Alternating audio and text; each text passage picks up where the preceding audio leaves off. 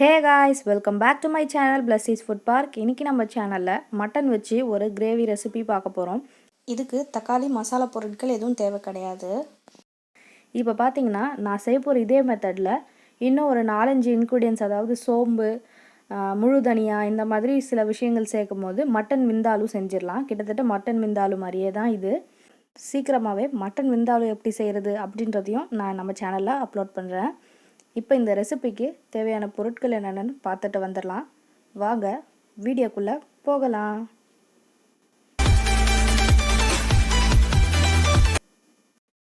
இப்போ தேவையான இன்க்ரீடியன்ஸ் என்னென்னு பார்த்தீங்கன்னா 4லேருந்து 5 நீட்டு மிளகாய் எடுத்திருக்கேன், 2 காஷ்மீரி மிளகாய் எடுத்திருக்கேன், ஒரு 2லேருந்து 3 துண்டு பட்டை எடுத்துக்காங்க, அதுக்கப்புறம் ஒரு 4லேருந்து 8 கிராம்பு எடுத்துக்காங்க, 2 பச்சை ஏலக்காய், 1 கருப்பு ஏலக்காய், 1 டேபிள் ஸ்பூன் மிளகு, 1 டேபிள் ஸ்பூன் சீரகம், உப்பு உங்களுக்கு தேவையான அளவு சேர்த்துக்காங்க, 1/2 டேபிள் ஸ்பூன் சர்க்கரை சேர்த்துக்காங்க. சின்ன பூண்டாக இருந்தால் இந்த மாதிரி ஒரு பூண்டு ஃபுல்லாக சேர்த்துக்காங்க, பெரிய பூண்டாக இருந்தால் 1/2 பூண்டு சேர்த்துக்காங்க, இஞ்சி உங்கள் காரத்துக்கு ஏற்ப சேர்த்துக்காங்க. அதே போல் வினிகர் ஒரு 4லேருந்து 8 டேபிள் ஸ்பூன் அளவுக்கு எடுத்திருக்கேன். அதில் இந்த எல்லா இன்க்ரீடியன்ஸையும் அந்த வினிகரில் ஊற வச்சு இந்த மாதிரி நல்லா ஒரு பேஸ்ட்டாக அரைச்சிக்கணும். வினிகரில் ஊற வைக்கிற டைமிங் பார்த்திங்கன்னா ஒரு 10 மினிட்ஸ் வரைக்கும் ஊற வச்சுக்கோங்க. ஊற வச்சு அரைச்சி எடுத்துருக்க பேஸ்ட்டை நம்ம எடுத்து வச்சுருக்க மட்டனில் சேர்த்துக்கலாம். நான் ஒரு 100 கிராம் அளவு மட்டன் எடுத்திருக்கேன்.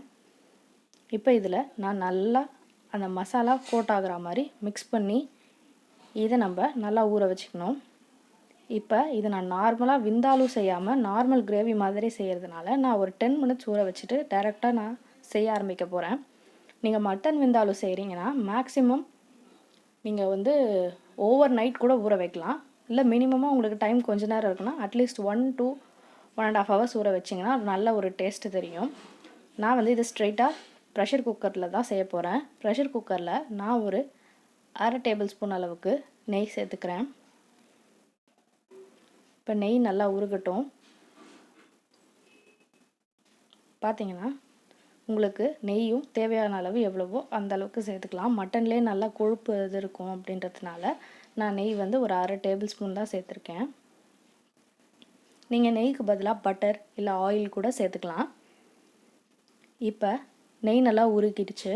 இந்த ஸ்டேஜில் நம்ம ஊற வச்சுருக்க அந்த மட்டனை அந்த கிரேவியோட அதாவது அந்த மசாலாவோட சேர்த்துக்கணும். இப்போ அதை சேர்த்துட்டு மட்டன் முழுகிற அளவுக்கு தண்ணி சேர்த்துக்கோங்க.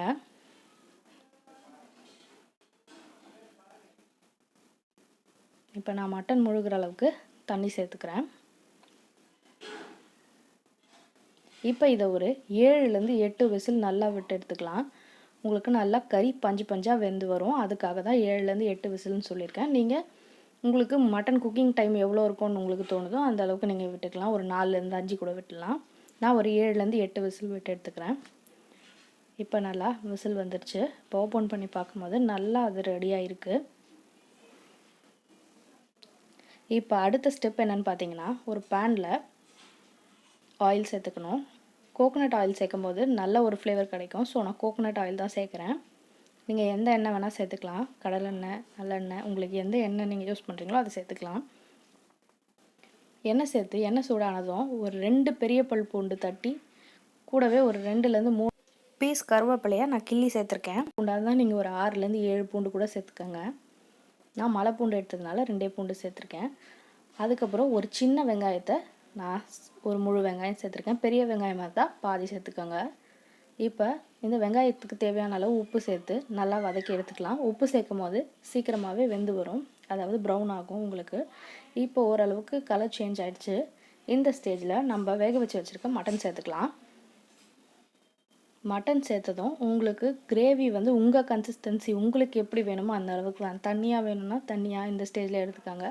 இல்லை திக்காக வேணும்னா இன்னும் கொஞ்சம் சுண்டை விட்டு எடுத்துக்கலாம். நான் வந்து கொஞ்சம் திக்காக எடுத்துக்கிறதுனால இந்த ஸ்டேஜ் வரைக்கும் அதை கொண்டு வந்திருக்கேன். இப்போ எனக்கு இந்த ஸ்டேஜ் கரெக்டான ஸ்டேஜ்ன்றதுனால நான் மேலே கொஞ்சம் கொத்தமல்லி, கருவேப்பிலை, காஞ்ச மிளகாய் சேர்த்துக்க போகிறேன். பார்த்தீங்கன்னா நான் சேர்த்துட்டேன். இப்போ இதை நல்லா கலந்து வேறு ஒரு பவுலில் மாற்றிட்டு உங்களுக்கு காட்டுறேன்.